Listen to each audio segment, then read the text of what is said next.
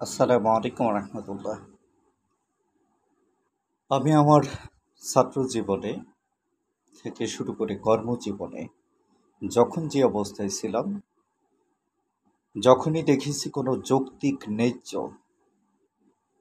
আন্দোলন দাবি ছিল, সেই বিষয়গুলোর সাথে আমি কিন্তু স্টুডেন্ট থাকা অবস্থায় একাত্মতা প্রকাশ করেছি, অংশগ্রহণ করেছি।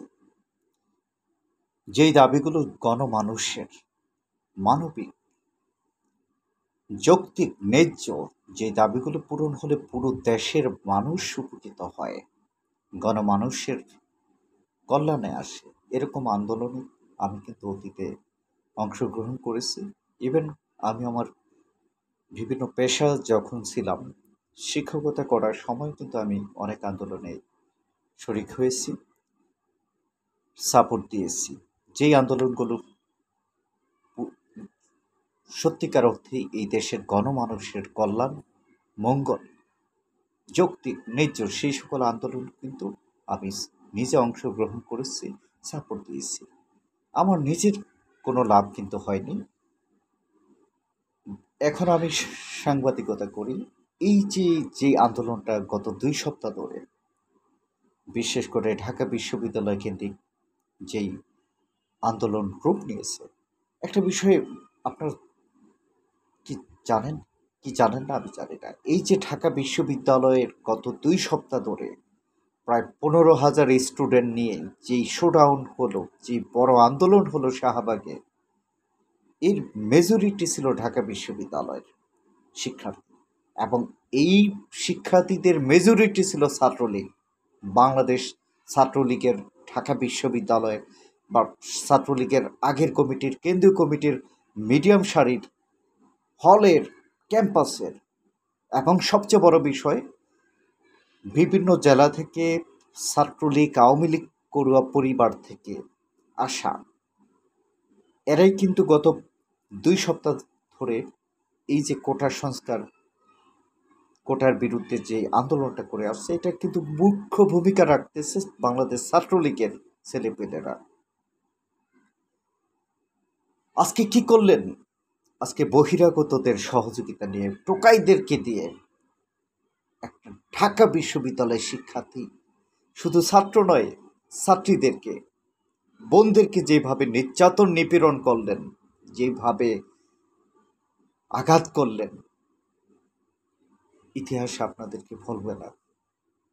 আমি আবারও বলছি, গত 2 সপ্তাহ ধরে যে শান্তিপূর্ণ আন্দোলন করে আসছিল, কখনো কি কোনো মিডিয়া বা কেউ বলতে পারবে, কোনো এক সিঙ্গেল ব্যক্তি বলতে পারবে যে এই আন্দোলনকারীদের কারো হাতে একটা ইটের টুকরা ছিল, একটা লাঠি ছিল?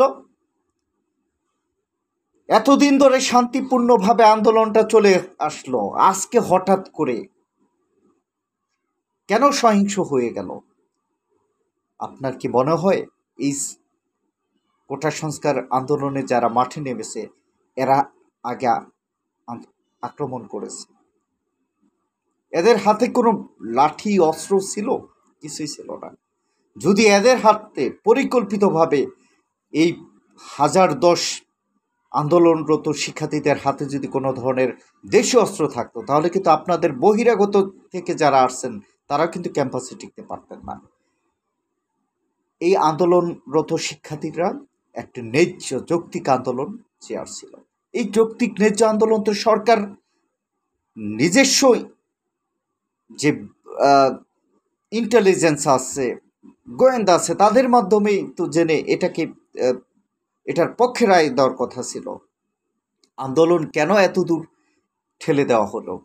কোন যুক্তিতে কেন দেওয়া হলো? এই আন্দোলন যদি সফল হয়, যদি কোটা সংস্কার হয়, সবচেয়ে বেশি উপকৃত হবে ছাত্রলীগ। কারণ বাংলাদেশ ছাত্রলীগে এখন খুব মেধাবীরা আসেন।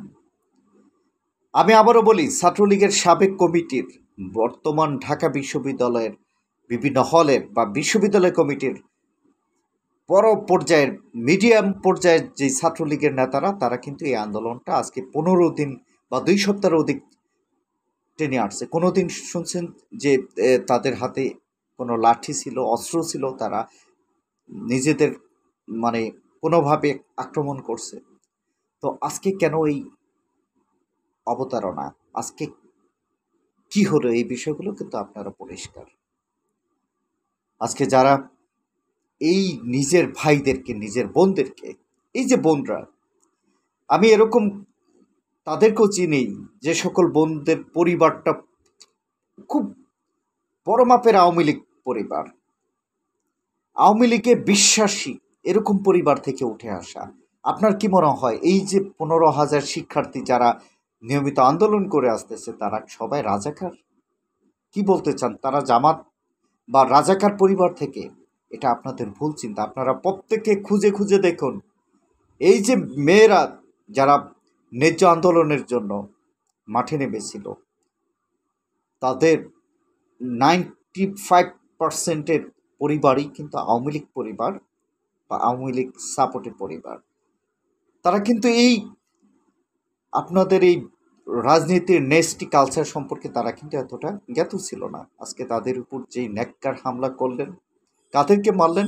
টোকাই ভাড়া করে এনে নিজের ঢাকা বিশ্ববিদ্যালয়ের সর্বোচ্চ মেধাবী শিক্ষার্থীদেরকে মারলেন, বোনদেরকে মারলেন।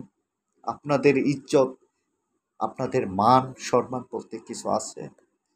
আমি একটা কথা বলতে চাই, যদি মনে করেন যে এই দেশের কোটা সংস্কার মানে মুক্তিযোদ্ধার সন্তান এবং তার নাতিপুতির এই সুবিধা পাবে, তাহলে হ্যাঁ সেটাই করুন।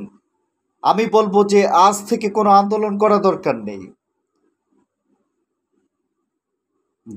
আমি একটা ঘোষণা দিতে চাই, অনুরোধ করতে চাই, হে শিক্ষার্থীরা, তোমরা আজ থেকে এই বাংলাদেশের যত পিএসসির পরীক্ষা থেকে শুরু করে সকল ধরনের সরকারি চাকরির পরীক্ষা তোমরা আবেদন করবে না, তোমরা পরীক্ষায় অংশগ্রহণ করবে না, শুধু দেখিয়ে দাও। আগে যদি 2 লক্ষ আবেদন করছে, সেখানে দেখো যে মাত্র 5,000 আবেদন করছে, এবং এই 5,000 আবেদনের কারা? মুক্তিযোদ্ধার নাতনিরা, নাতি নাতনিরা এবং কিছু পাচাটা মানুষ। তোমরা দেখে দাও আগামী পরীক্ষাগুলোতে আবেদন করবে না। কি হবে? বেসরকারিতে করো, না হলে ব্যবসা বাণিজ্য করো, একটা প্রতিবাদ দেখাও। আগামীতে কোনো ধরনের সরকারি চাকরি পরীক্ষায় তোমরা আবেদন করবে না, অংশগ্রহণ করবে না, এবং এদেশের অগণিত মানুষ যারা আছে, যারা ভালো সত্য সুন্দরের পক্ষে, তাদেরকে আবেদন করতে দেবে না। শুধু মুক্তিযোদ্ধার সন্তান এবং তার নাতিপুতিরে আবেদন করুক। এটাই হোক আন্দোলন। ভালো থাকবে।